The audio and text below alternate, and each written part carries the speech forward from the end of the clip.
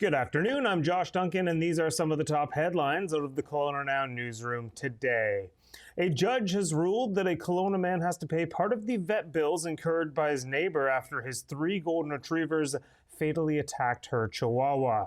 A BC Civil Resolution Tribunal determined Joshua Roberge must pay half of the nearly $4,200 in vet bills that Jade McCullough racked up following the harrowing incident. The night of the attack, McCullough let her chihuahua Pina out into the backyard and briefly stepped it back inside, but then heard the sound of dogs yelping. She went back outside to find Roberge's 3 Goldens, Jet, Nova, and Noni, attacking Pina.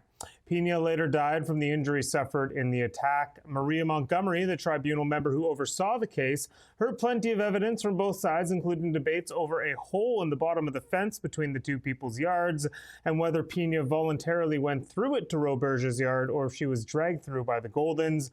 Information and statements were provided by an animal control officer and the Golden Retriever's veterinarian. In the end, Montgomery determined both parties were each to blame, hence the decision to make Roberge pay for half of the vet bills. The city of Kelowna is looking to the public for input as it begins the design process for a trio of new parks.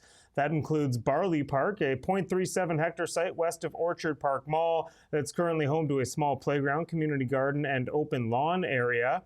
Walrod Park in the north end between Richter and Ethel near Knox Mountain. If we scroll down a little bit there, we can see Walrod Park as well. That is a 0.98 hectare site where the Justice Institute of British Columbia's Okanagan campus is set to be demolished later this year. And then finally, this bottom one here, temporarily named Casorso Park, is 1.48 hectares and right beside Casorso Elementary School, so an important parcel of land there.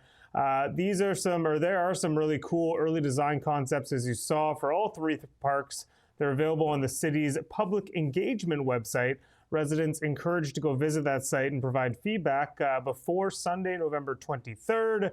The feedback option open to everyone, but if you live close to one of these parks, it's even more important that you go and give your say. Heading outside of Kelowna now and down the connector to Merritt, where a blessing ceremony took place at the site of a future rest stop development, one that many travelers who frequently head between the Okanagan and Lower Mainland will be very excited about. It is Gateway 286 at the site of the old Merritt Adventure Center, where the Coquihalla and connector meet. That, of course, is exit 286. After some delays, Tuesday's blessing ceremony marked the beginning of what they call vertical construction at the site, which sounds like a good thing.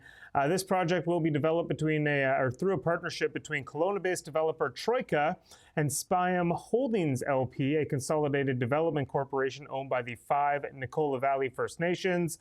Once complete, you can expect a mix of fuel, dining, retail, and one of Western Canada's largest EV charging hubs, all servicing an expected 20,000 vehicles per day. There is no official timeline on how long construction is going to take, but we should start to see buildings pop up at the site by next summer. The old Merritt Adventure Center, of course, was closed in 2018 when the province opened the Loon Lake Rest Stop on the connector.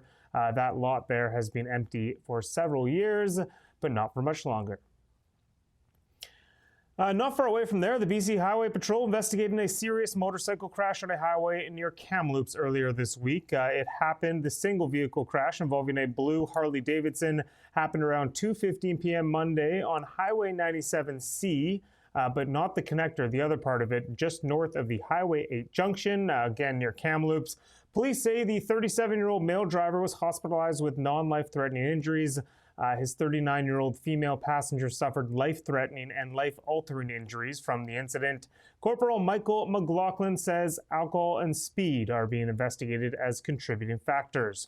The Highway Patrol reaching out to the public in hopes of learning more about the rider's behavior in the hours and minutes leading up to this serious collision. Any travelers who saw a blue Harley riding in that general area on Monday, or anyone with relevant dashcam footage, is urged to reach out to the Highway Patrol's Kamloops branch. Finishing off here today with a little fun story, my colleague Steve McNall has uncovered the most expensive Airbnb in all of Canada It is right here in Kelowna. It is called Chateau Okanagan, located on a bluff above Okanagan Lake between Knox Mountain and Lake Country. Look at that mansion there. The home is 20,000 square feet with 8 bedrooms, and there's a separate 2-bedroom, 2,000 square foot guest house, all sitting on 44 acres of land. There are plenty of photos here. It's crazy. The cost, $16,000 per night, and there's a minimum 3-night stay, which means it's going to be close to $50,000 if you stay for the minimum.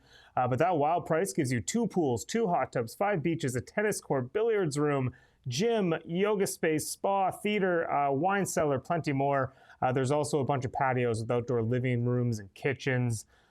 Really cool space. There's a concierge, chef, wait staff, and you can pay for extra stuff too, like a tennis coach or a yoga teacher. You can have up to 16 people for overnight stays, but there's also a 40-person capacity for special events like weddings, corporate retreats, family reunions.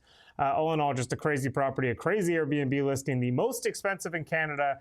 You can check out Steve McNull's feature story on that at KelownaNow.com for more details. I also did a TikTok and Instagram video on it, which you can watch on those platforms.